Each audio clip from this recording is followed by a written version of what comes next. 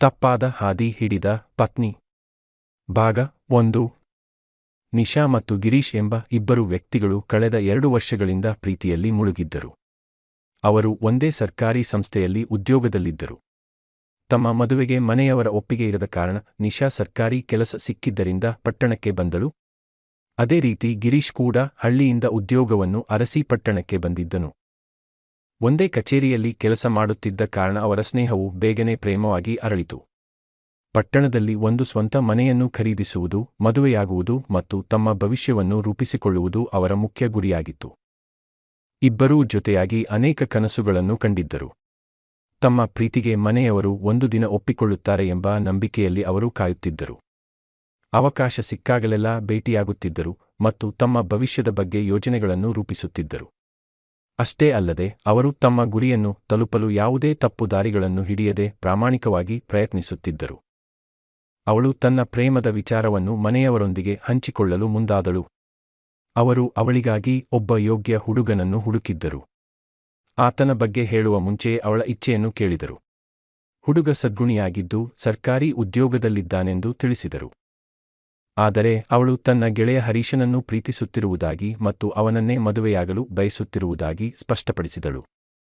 ಆದರೆ ಮನೆಯವರು ಆ ಮಾತನ್ನು ತಿರಸ್ಕರಿಸಿ ಅವರು ನಿರ್ಧರಿಸಿದ ವ್ಯಕ್ತಿಯನ್ನೇ ಮದುವೆಯಾಗಬೇಕೆಂದು ಕಟ್ಟುನಿಟ್ಟಾಗಿ ಹೇಳಿದರು.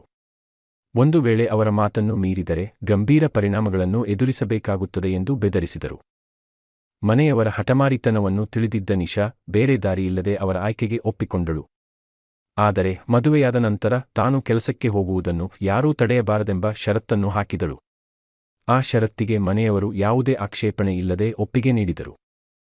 ಗಿರೀಶ್ಗೆ ತನ್ನ ಮದುವೆಯ ವಿಷಯವನ್ನು ಹೇಗೆ ಹೇಳುವುದು ಎಂದು ನಿಶಾ ತಲೆ ಕೆಡಿಸಿಕೊಂಡಿದ್ದಳು.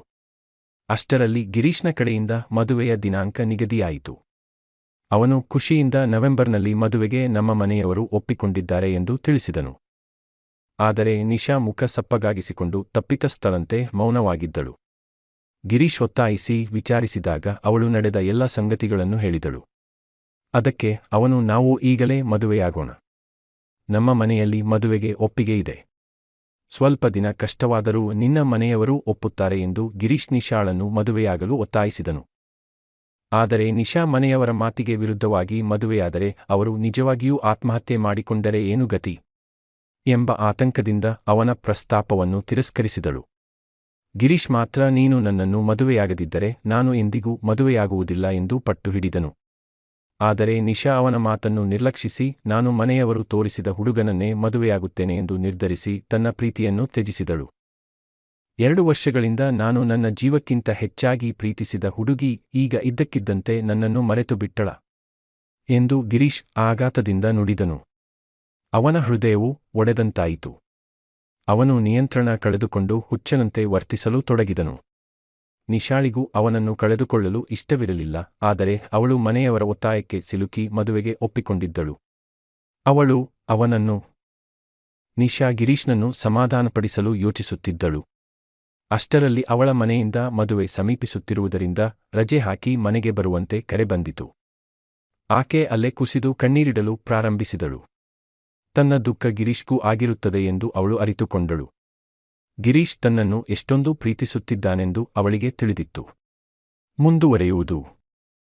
ಸ್ನೇಹಿತರೆ, ಈ ವಿಡಿಯೋ ಇಷ್ಟವಾದರೆ ದಯವಿಟ್ಟು ಲೈಕ್ ಮಾಡಿ, ಶೇರ್ ಮಾಡಿ ಮತ್ತು ಈ ಚಾನೆಲ್ ಅನ್ನು ಸಬ್ಸ್ಕ್ರೈಬ್ ಮಾಡಿ.